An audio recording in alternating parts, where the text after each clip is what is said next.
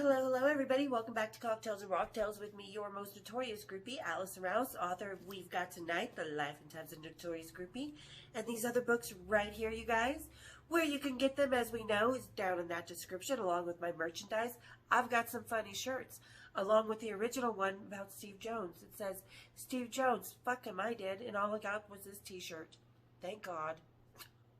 So, go down, check them out. I got some funny stuff that nobody else has. Go down because all kinds of things are down there, you guys. So, check it out. And for everybody that's here, that's new here, that has been here a long time, that I've got some great friendships with, that thank you for all the love, all the support, all the amazing friendships, everything you guys are doing to have my back and to help create this community. I wouldn't be able to do it without you. We are all you guys are so important to me here, truly. Speaking of important, today we're going to talk about another groupie, because us groupies are important to rock and roll history. And not just the 70s ladies, but we are going to talk about another 70s lady today, which I thought she was from Texas. For some reason, I don't know why, but she was from New York. We are going to talk about the tiny petite brunette, Josette Caruso. And today we are going to finish off the Dominga by New Belgium. You guys, this is a really great sour ale that's kind of a mimosa mix. It's so delicious. So everybody, grab your cojones, kick up your feet, and let's have a little cocktails or rocktails. Cheers, big ears.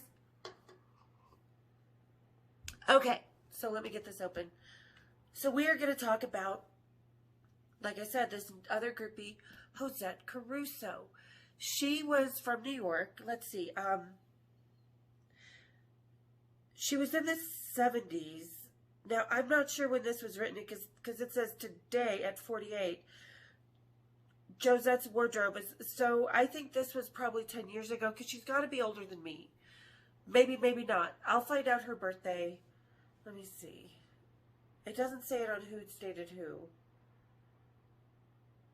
But we know who's dated who is a bunch of lies, and none of us participate in it because it says my birthday's in July, mine's August 29th. So, and doesn't even have all the guys that I've known or had relationships. It doesn't. Who's dated who is not always right, so I'm going to kind of look it up real quick. Caruso birthday.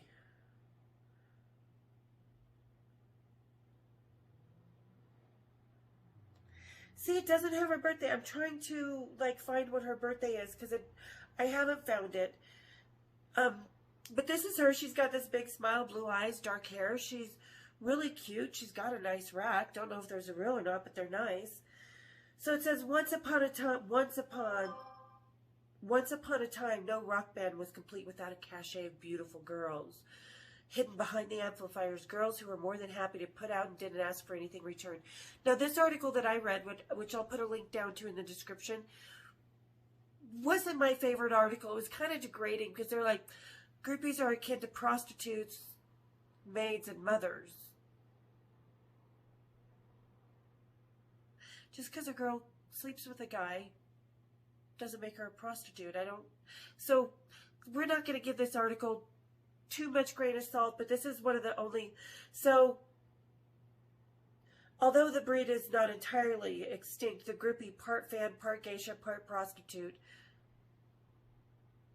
No, we're not prostitutes. We're women who own our sexuality and our prowess. Nothing wrong with that. So this article already kind of, and I'm pretty sure Josette could be pissed off. So, post-World War made her famous. Playboy centerfold Liv Tyler will be published. The rock and roll journey has already ignited controversy for its frank account of the 70s rock and roll lifestyle and brought blushes to several central players. Someone who has all these, but it goes into someone who has all these qualities in abundance is Josette. I don't know if it's Josette or Josette, so I'm sorry if I'm saying it wrong. I'm just going to say Josette. So, is in abundant. 30 years ago, she was a slim brunette with a big smile and a taste of outrageously sexy outfits. One of her favorites was a long silver sequin dress cut very low at the back. David Bowie took one look at her in it, and she says, and declared, "I can see myself in you," which I believe that because she was wearing a little silver dress. So that's a great pickup line. David Bowie, he just took the opportunity. And then it says, at the time when rock and roll had yet to be absorbed fully into the consumer mainstream, such stars as Bowie or Mick Jagger were youth culture royalty. Josette was a sexually inexperienced 16-year-old from New Jersey. So here's another girl that was around the same age I was.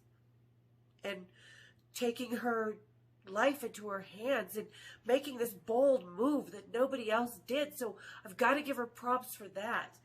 Because, I mean, when you're 16 and you choose to go live this lifestyle and go after it, not to be, you know, chased after it, but to actually go after this lifestyle, it takes some cojones. And this Jersey girl had some cojones.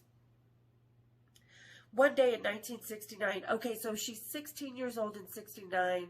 She was born in 53, so she is 17 years older than me. So, okay, so she found herself in 1969 sitting in a restaurant adjacent to the Fillmore East, Bill Graham's famous New York concert hall. Nearby sat Led Zeppelin's Jimmy Page and the other prominent British guitar strangler of the day, Jeff Beck. And she just got up and walked right over and was like, "Hey, boys."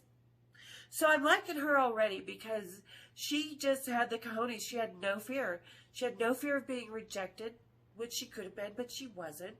Because, you know, women with bold confidence, not egotistical arrogance, but bold confidence, that gets a lot of guys' attention. Rock stars are not. So good for her. That was pretty awesome. I like that she took her life at a young age. I can identify with that. So, okay, that's cool. And then Josette approached them trembling. Page took her by the hand, pulled her onto his lap, and asked her to come up to his room later. She consented. "What else was I going to do?" she says now. "Here I was on Jimmy Page's lap. It was my fantasy come true," because believe it or not, you can have fantasies at 16 years old. And if you think a 16-year-old is old enough to have a baby, then she's old enough to have her own desires and control over her own body. Because Josette did that. Okay. Josette stayed with Paige for several days, knowing full well that her single mother, whose only child she was, would be desperately worried. And we've all done that. I mean, how many times did I say I was camping with Kristen? So I really identify with her because she kind of lived the same way that I did as a groupie, starting at a young age, but she just took it and ran with it. And she just seems very, very pulled in by it, that this was just the natural path she was going to take. So well done on her. I think that's pretty cool. When Led Zeppelin came back to New York to play the Madison Square Garden, Josette asked her mother to meet the band and bring her some clothes. She expected to be dragged home immediately. Instead, her mother was all smiles and went home, apparently quite content for her daughter to be cuddled up. But she does say, years afterwards, I said to her, "Why did you let me do that?" Her answer brought tears to my eyes. She said she was afraid that if she didn't let me, I would leave her. And I identify with that too, because my mom was the same way. My mom didn't like me going off with Danny and Kristen and everybody and playing the band game. And I'm sure she knew when I said I was camping, because I wasn't exactly always kind of the camping kind of girl. I'm sure she knew, but she knew I was always safe. She would come to that hotel and pick us up 3 o'clock in the morning when she was a teacher and had to be at school around 6 or 7. Come and get us. So I totally get what her mother's saying, and that, I can understand why that would bring tears to her eyes.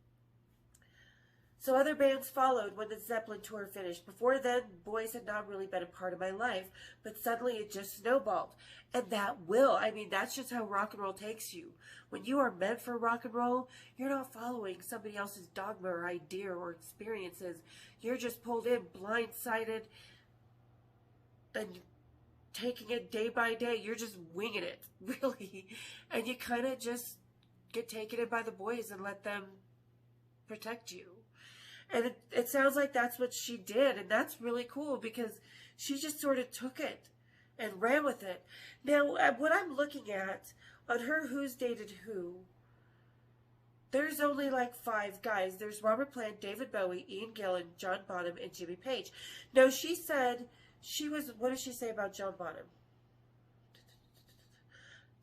There was always a new band coming into town, which I've said that. I totally get her. So she just was living day to day to day and hanging out with the bands and making her own way. And that's really awesome. So 10 years brother itself, high school left me full-time party girl. She continued living at home. So 10 years after, there was always a band coming into town. I met Deep Purple 10 years after and all the other British bands at the time. She left high school and became a full-time party girl, continuing to live at home, supported financially by her mother, who took phone messages of the band's Josette that wanted to see Josette. My mom did too. So she sounds like she kind of came from a background similar that I did. We grew up a little more comfortable and stuff. And then Josette got married to a wealthy businessman. So it sounds like she kind of was, and I don't mean this mean because I was too, even though I've worked my ass off since I was 16 years old because I chose to. She sounds like me. She just kind of found this comfort and strength and stability she needed among the rock guys and among stronger, powerful men, which I get because I do too. I find something calming about that. So the groupie's attitude to sex, that it constituted a currency to be traded. So this guy, I don't like this guy who wrote this article. He's a dick cheese. What now seems like a form of prostitution was, according to Josette, an empowering experience. So good on her.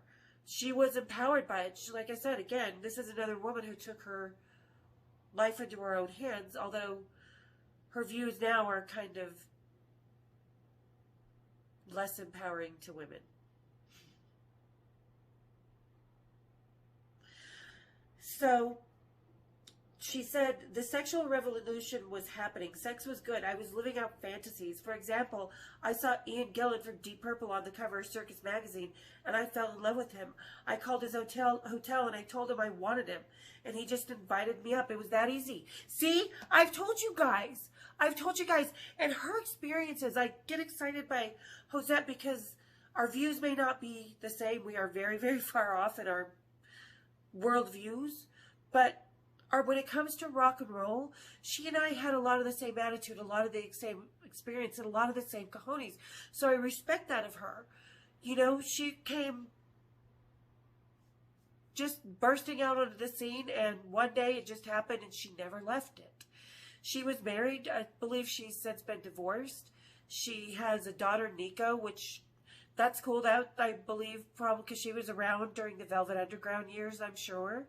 So cool name to name her daughter Nico after Nico, the girl that I'll do a video on her, an episode on her one day. But you know,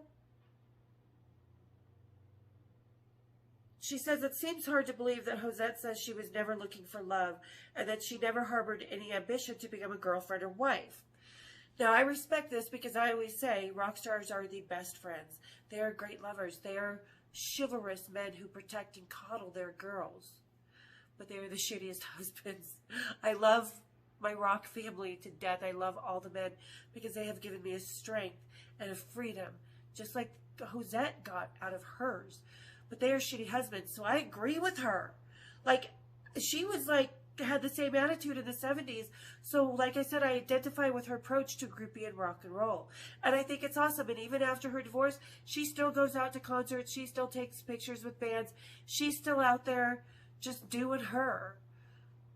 Like I said, our political views are extremely far apart. But that's the thing about rock and roll. We don't give a fuck about political views. When we're sitting there living the life, wrapped up in our road family, all that goes by the wayside. Just like it is here. All that does not matter here because guess what? We've got a cool-ass community. And she was part of that cool-ass community in the 70s. And I don't think she gets as much attention as a lot of other groupies do, because she didn't fall into the idea of like scammy Les Pars, except our goal was to marry the rock stars. Well, to me, that's very egotistical, money-hungry starfuckery. Josette was not.